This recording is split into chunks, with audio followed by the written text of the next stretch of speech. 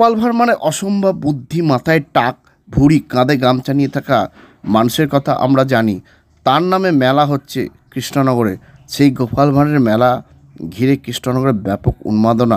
বাঙালি গোপাল ভাঁড় যোগাযোগটা দীর্ঘদিনেই স্বাভাবিকভাবে বাঙালির গল্প আসরে গোপাল ভাঁড়ের অবাধ যাতায়াত।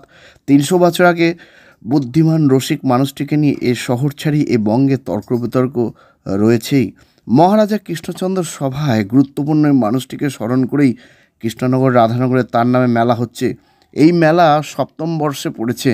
মেলাতে গত 7 দিন ধরে বিভিন্ন নাচ গান সহ একাধিক সাংস্কৃতিক অনুষ্ঠান হচ্ছে। মেলায় চারদিকে খাবারের একাধিক স্টল রয়েছে। ফুচকা, ফাস্টফুড, মোমো, জিলিপি, ধোসা সহ একাধিক খাবারের দোকান বসেছে। মাটির পুতুল, গার্মেন্টস, বাংলাদেশের শাড়ির স্টলও রয়েছে। এছাড়া শিশুদের খেলার সামগ্রীও এসেছে। এই মেলা নিয়ে আমরা কথা বলেছিলাম অন্যতম কর্তা মেলার ও কাউন্সিলর অশিস শাহর সঙ্গে। তার বক্তব্য আমরা শোনাবো। আর এ নিয়ে আজকাল আগামী বিশেষ প্রতিবেদন। কৃষ্ণনগরের 7ম বর্ষে পড়া গোপাল ভাঁড় মেলা ঘিরে ব্যাপক উন্মাদনা। আর দূরে নয় অ্যাপেলো, হাত বাড়ালে অ্যাপেলো। অ্যাপেলো এবার আপনার বাড়ির কাছে। ব্রেন, নার্ভ, কিডনি সহ শরীরের বিভিন্ন জটিল রোগে চেন্নাইয়ের নামী চিকিৎসকরা বসছেন কৃষ্ণনগরের পাত্র বাজারের অ্যাপেলো ইনফরমেশন সেন্টারে। স্বল্প ভিজিটে পাওয়া যাচ্ছে দেশের বিখ্যাত চিকিৎসকদের কাছ থেকে চিকিৎসার সুযোগ। তাই দেরি নয়, জটিল রোগের চিকিৎসার জন্য সত্বর চলে আসুন পাত্র বাজারের অ্যাপেলো ইনফরমেশন সেন্টারে। এখানে রয়েছে চিকিৎসার সমস্ত অত্যাধুনিক পরিষেবা। তাই প্রয়োজনে যোগাযোগ করুন 8001129623।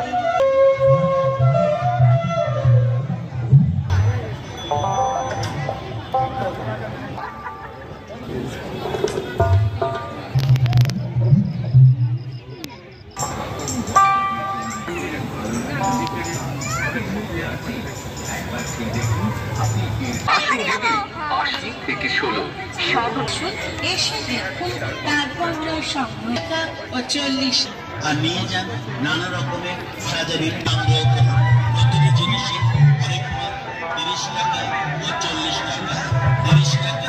40 টাকা। আমাদের দোকানে আসুন, দোকানে এসে দেখুন 40 টাকা।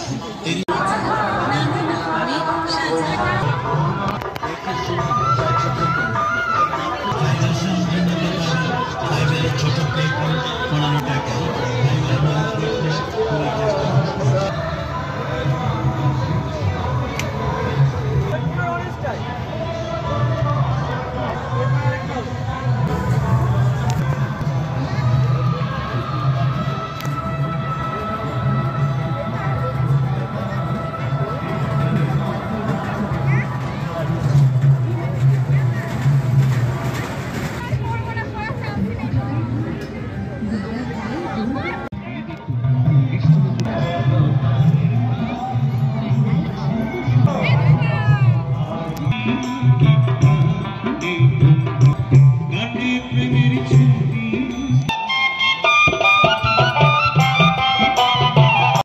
এবছর দিয়ে সবচেয়ে শেষ হয়ে 7 বছর পূর্বে। দেখুন, গোপাল ভাঁড় হচ্ছে মানুষের আবেগ। এটা তো মানতে হবে। কৃষ্ণনগর রাজবাড়িতে যখন বাহুদলের মেলা হয় তার একটা ইতিহাস আছে। সেই ইতিহাসটা সেই সময় রানী কেদুরের মেলায় যাবে ঠিক করে ফেলেছিল, কিন্তু কেদুরের মেলায় যেতে গেলে পারে রাজার আপত্তি ছিল। রাজা গোপাল ভাঁড়কে বলল যে করে হোক রানীকে নিরস্ত করবে।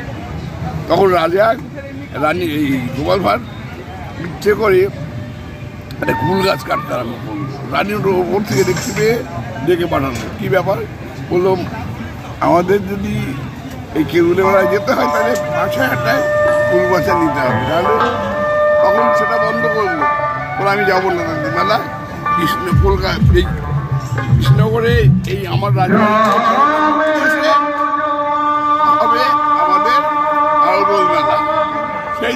300 বছর আগে সৃষ্টি করতে পারবো এখন রাজা যদি গোপাল ওখানে বদল মেলা হয়